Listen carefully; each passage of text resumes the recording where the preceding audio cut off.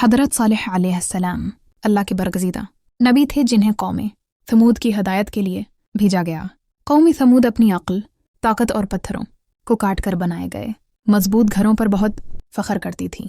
वो पहाड़ों को तराश कर आलीशान मकानात बनाते और कहते थे कि हमें कोई नुकसान नहीं पहुंचा सकता, लेकिन ताकत के साथ उनके दिल सख्त हो चुके थे। वो अल्लाह को भूल गए थे और बतों की इबादत में मुब्तला हो चुके थे। ऐसे माहौल में हज़रत सालेह अलैहिस्सलाम ने हक़ का पैगाम लेकर उनके दरमियान दावती तौहीद शुरू की।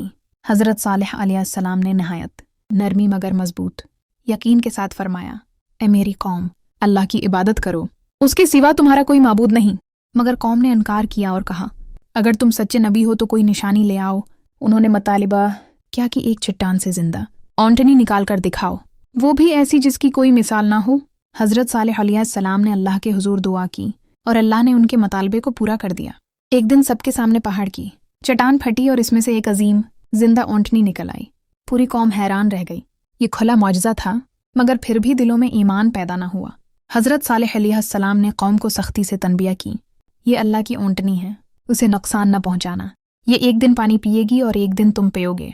कुछ उर्सा तक सब कुछ ठीक रहा, मगर फिर कौम के सरदारों ने साजिश शुरू कर दी। इनके दिलों में हसद और गुरूर भर गया।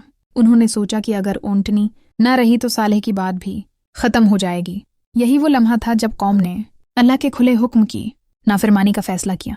कौम समूद के चंद बदबख्त लोगों ने अल्लाह की औंटनी को कत्ल कर दिया। जब हज़रत सालेह अलैहिस्सलाम को ये खबर मिली तो उनका दिल गम से भर गया। उन्होंने कौम से फरमाया, अब तुम 3 दिन तक अपने घरों में रह लो, उसके बाद अल्लाह का अजाब आ जाएगा। मगर कौम ने उस तनबिया का भी मजाक उड़ाया। वो कहते थे, हम देखते हैं तुम्हारा अजाब कहाँ है। 3 दिन गुजरे और फिर आसमान से एक जोरदार चीख सुनाई दी। जमीन लरज उठी, दिल दहल गए और एक लम्हे में पूरी कौम हलाक हो गई। वो लोग जो पहाड़ों को तराश कर घर बनाते थे, अपने ही घरों में बेजान पड़े रह गए। उनकी ताकत, उनकी अक्ल और उनका गुरूर सब अल्लाह के हुक्म के सामने मिट्टी बन गया। मगर हज़रत सालेह अलैहिस्सलाम और इन पर ईमान लाने वाले महफूज रहे। अल्लाह ने अपने नबी को बचा लिया क्योंकि वो सच पर थे। हज़रत सालेह अलैहिस्सलाम ने वैरान बस्ती को देखकर फरमाया कि मैंने तुम्हें अल्लाह का पैगाम पहुंचा दिया था, मगर तुमने इनकार किया। ये वाक़या आने वाली नस्लों के लिए एक वाज़ेह निशान बन गया कि अल्लाह के हुक्म से खेलने वालों का इंजाम हमेशा हिलाकत होता है। हज़रत सालेह अलैहिस्सलाम का ये वाक़या हमें यह सबक देता है कि मौजज़ा देख लेने के बाद भी अगर इंसान न माने तो वो अपनी तबाही खुद लिखता है। ईमान सिर्फ देखने का नाम नहीं, मान लेने का नाम है।